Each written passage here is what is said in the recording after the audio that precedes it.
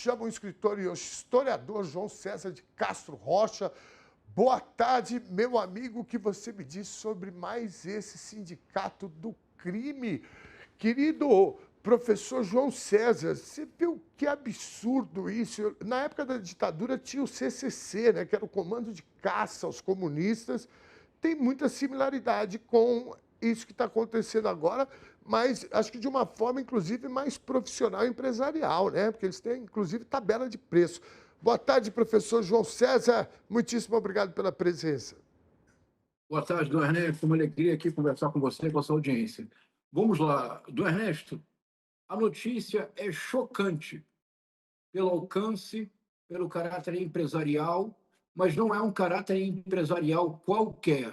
Todos os alvos, de uma forma ou de outra, são de opositores do ex-presidente Bolsonaro. Isto é, todos os alvos, de uma forma ou de outra, pertencem ao campo progressista, o que é revelador e ajuda a compreender esse nome, comando de caça aos comunistas, corruptos e criminosos.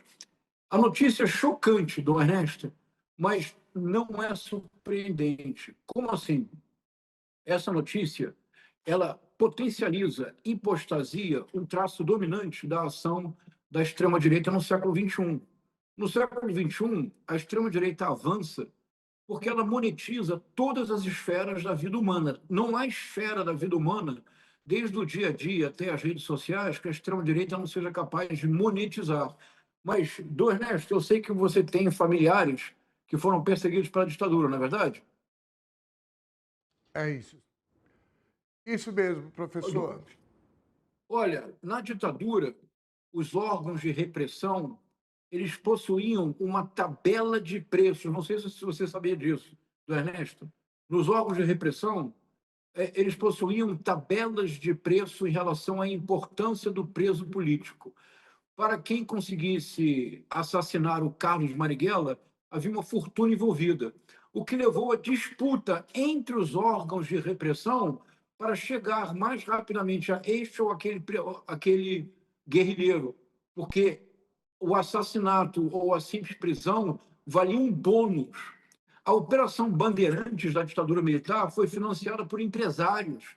E o empresário, o dinamarquês Boylensen, envolveu-se a tal ponto, não apenas na arrecadação de recursos, ele chegava a participar das torturas. Houve um guerrilheiro, na década de 70, que foi o último comandante militar da Ação Libertadora Nacional, o Carlos Eugênio Paes, conhecido como comandante Clemente, o último comandante militar da Ação Libertadora Nacional, como eu disse, do Ernesto, ele, durante anos, ficou clandestino e era a obsessão dos órgãos de repressão prender e matá-lo. Ofereceram US$ 1 milhão pela cabeça dele na década de 70. Agora, imagine o que seria US$ 1 milhão hoje. Portanto, essa estrutura, uma associação profunda de aparelho de segurança com repressão ideologizada para monetizar, isso é antigo no Brasil. De onde você acha que saiu, Dom Ernesto, uma figura tenebrosa como Sérgio Paranhos Fleury, da Polícia Militar de São Paulo?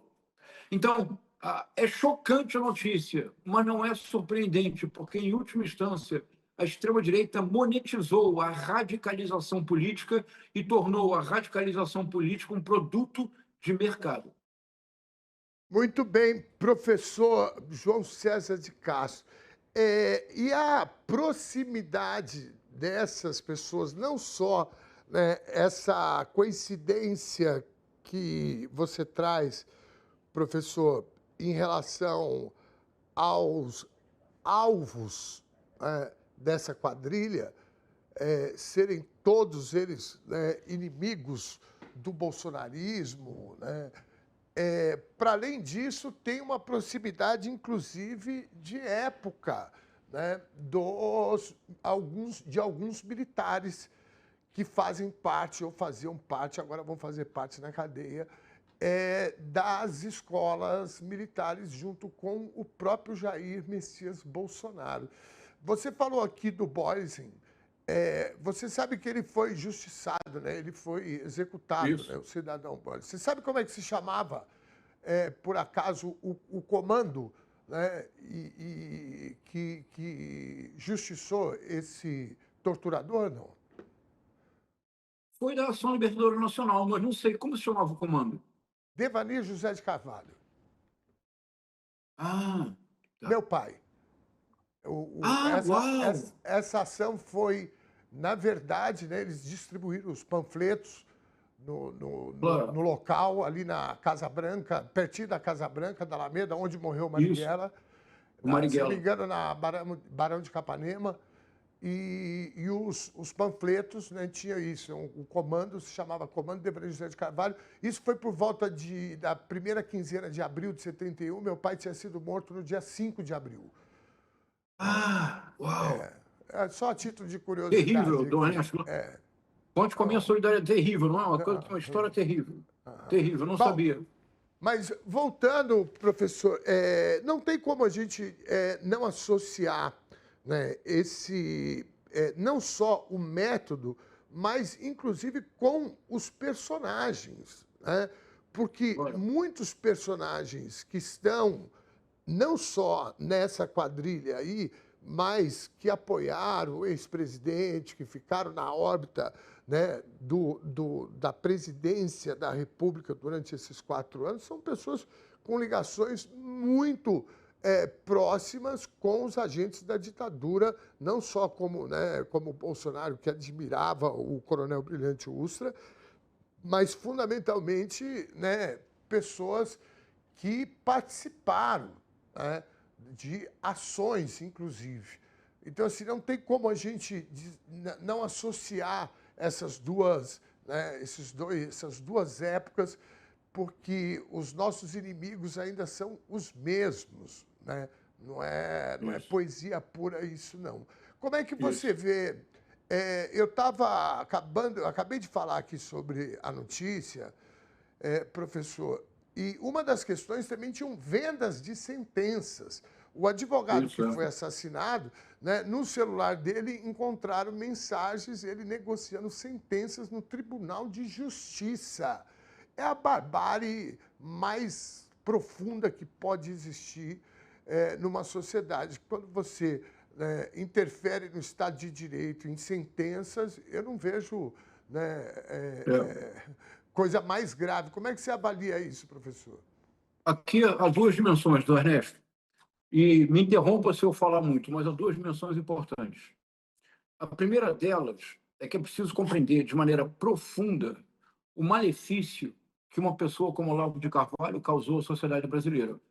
Por que eu falo Olavo de Carvalho nesse contexto? Veja, o comando, que obviamente o faz de maneira oportunista, mas o comando se chama Comando de Caça aos Comunistas, Corruptos e Criminosos. A associação imediata entre comunista, opção política, e corrupto e criminoso, se o anticomunismo ele é estrutural às Forças Armadas no Brasil desde 1935, quando existe a rebelião comunista no interior das Forças Armadas, organizada pelo Luiz Carlos Prestes, e a partir desse momento o anticomunismo é a medula óssea, é a espinha dorsal da instrução em todas as escolas militares do país, Exército, Marinha e Aeronáutica. Não haveria Forças Armadas no Brasil sem um anticomunismo renitente, o que explica a resistência permanente dos militares ao Partido dos Trabalhadores, porque é identificado com eles como sendo de esquerda, portanto comunista. Mas a associação entre comunista, corrupto, criminoso, portanto, que em relação a um comunista a única ação possível é a sua eliminação, essa é a principal lição que o Olavo de Carvalho legou para os seus seguidores. Portanto, isso tem que chamar nossa atenção, do Ernesto, como se fosse possível uma associação imediata. Sou comunista, uma opção política. Ser comunista não quer dizer ser corrupto, muito menos criminoso, é uma opção política. Assim como, se você dissesse, sou de direita, eu não posso dizer direita, corrupto e criminoso. Você é direita, é uma opção política. Então, essa é uma questão muito importante que nós vamos ter que enfrentar em algum momento, que é um malefício profundo causado pelo ensinamento de Olavo de Carvalho no espaço público brasileiro, de um lado. De outro lado, que é mais diretamente associado à sua pergunta, do Ernesto tem um ponto, e nesse sentido, um espaço como o da TVT é muito importante para desenvolver essa reflexão. Nós precisamos, eu proponho, fazer uma distinção entre democracia formal, que significa organização pluripartidária, liberdade de expressão, liberdade de associação, respeito ao voto das urnas, respeito ao resultado eleitoral, alternância de poder. O que numa história como a brasileira, veja o caso trágico do seu pai. Numa história como a brasileira, não é pouca coisa defender a democracia formal. Duas frentes amplas bem-sucedidas no país assim o fizeram. A Frente Ampla de 1985 para acabar com a ditadura, a Frente Ampla de 2022 para impedir que a ditadura retornasse na reeleição do Bolsonaro. Mas em ambos os casos, do Ernesto, a democracia que nós nos reunimos para defender foi a democracia formal. Há uma outra democracia que, infelizmente, a maioria do povo brasileiro nunca teve possibilidade de experimentar, que eu chamaria democracia enquanto acesso a direitos. Se sentenças podem ser vendidas, se militares da ativa, se um coronel do Exército reformado pode criar um escritório do crime, do Ernesto, qual é a garantia que nós temos, enquanto cidadãos e cidadãs, que nós teremos acesso aos direitos assegurados pela democracia? O grande dilema brasileiro é que nós sempre defendemos democracia formal, o que é correto, mas nós esquecemos de democracia enquanto acesso a direitos. Na democracia, enquanto acesso a direitos, o primeiro direito fundamental, redistribuição de renda.